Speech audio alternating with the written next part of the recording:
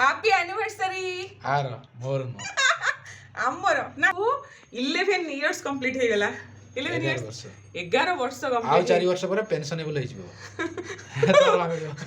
ତାପରେ ମୁଁ ବସି ପଡ଼ିଲି ଠାକୁର ପୂଜା କରିବା ପାଇଁ। ବହୁତ ଦିନ ହେଲାଣି ଆମର ପୂଜା ହେଉନଥିଲା, ତ ଭାବିଲି ଆଜି ହିଁ ଷ୍ଟାର୍ଟ କରିଦେବି ପୂଜା। ପୂଜା ସାରି ରେଡ଼ି ସେଠି ହେଇ ବାହାରି ପଡ଼ିଲୁ କୁଆଡ଼େ କୁଆଡ଼େ ଆଉ ଯିବୁ, କୁଆଡ଼େ ଯାଉଛି ଆପଣମାନେ ଆସନ୍ତୁ ଆମ ସାଙ୍ଗରେ। କୁଆଡ଼େ ଆଉ ଯିବୁ ଆଜି ଭଳିଆ ଦିନରେ ଟିକେ ଭଗବାନଙ୍କ ସହିତ ଦେଖା କରିବା ପାଇଁ। ଆଉ ଯା ସିମ୍ ସିମ୍ ଖୋଲିଗଲା।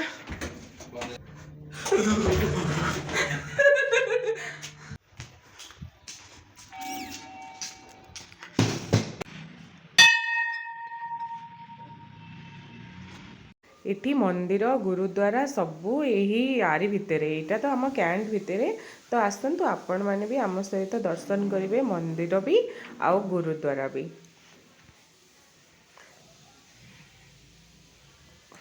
ତାପରେ ଆସିଯାଆନ୍ତୁ ଟିକେ ବାସି ଭିଡ଼ିଓ ଦେଖିବା ପାଇଁ। ଏ ଭିଡ଼ିଓଟି ହେଲା ସଣ୍ଡେରେ, କାହିଁକି ନା ଆମର ସେଲିବ୍ରେସନ୍ ମାନେ ଖାଇବା ପିଇବାରୁ ଆରମ୍ଭ ହୁଏ।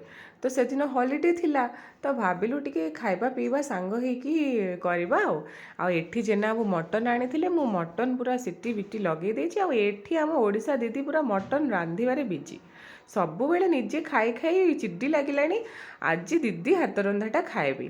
ଆଉ ସତରେ ବି ମଟନ୍ଟା କ'ଣ ହେଇଥିଲା ଦେଖୁନାହାନ୍ତି, କି ଲାଲ ଲାଲ ଝୋଳ, ତା ସାଙ୍ଗରେ କି ୟମି ୟମି ବାସ୍ନା, ଆଉ ଉଷୁନା ଭାତ, ଟମାଟୋ ଚଟନି, ପାମ୍ପଡ଼ ଆଉ ସାଲାଡ଼।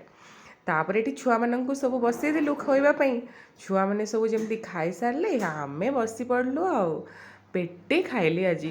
ଆଉ କାହାର ହାତ ରନ୍ଧା ଖାଇବା ପାଇଁ ବାହାରେ ଜାଣିଥିବେ କେତେ ଇଚ୍ଛା ହୁଏ ନା, ତ ଆଜି ସେଇଟା ବି ହେଇଗଲା। ତାପରେ ଆସିଯାଆନ୍ତୁ ଇଭିନିଂ ପାର୍ଟିକୁ, କିନ୍ତୁ ଏଇଟା ହେଲା ପୁରା ଫ୍ରେଶ୍ ବାଲା ପାର୍ଟି। ଇଭିନିଂରେ ଟି ପାର୍ଟିର ଆରେଞ୍ଜମେଣ୍ଟ ହେଇଥିଲା। ଟି ପାର୍ଟିରେ ଚାହା ସହିତ ଆଉ ଯାହା ଯାହା ସବୁ ସ୍ନାକ୍ସ, ଏଠି ଆମର ଖାଇବା ଚାଲିଛି ଆଉ ତା ସହିତ ଆମର ଖଟି ବି ଚାଲିଛି। ତାପରେ ମଜାମସ୍ତି ପରେ ଦିଦି ଦେଖ କେକ୍ ନେଇକି ଆସିଛନ୍ତି। ଇଏ ହେଲା ତାଙ୍କ କେକ୍, ପୁରା ସରପ୍ରାଇଜ ଦେଇଦେଲେ। ଆମର ତ କେକ୍ କଟିଂ ହବାର ନଥିଲା, ଦିଦି ସରପ୍ରାଇଜ ଦେଇଦେଲେ ଆଉ କେକ୍ ନେଇକି ଆସି।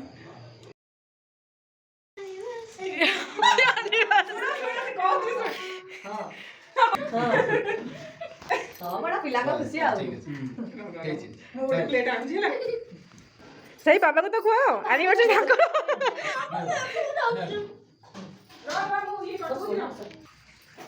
ଚାଲ ସବୁ ଯିବା ଘରେ ଚିତା କାଟିବା। ପକେଇଥିଲେ ଟିକେ ଭଲ ହୁଅନ୍ତା। ଆଉ ଇଏ ଗିଫ୍ଟଟା ହେଲା ଆଉ ଗୋଟେ ଦିଦିର। Thank you.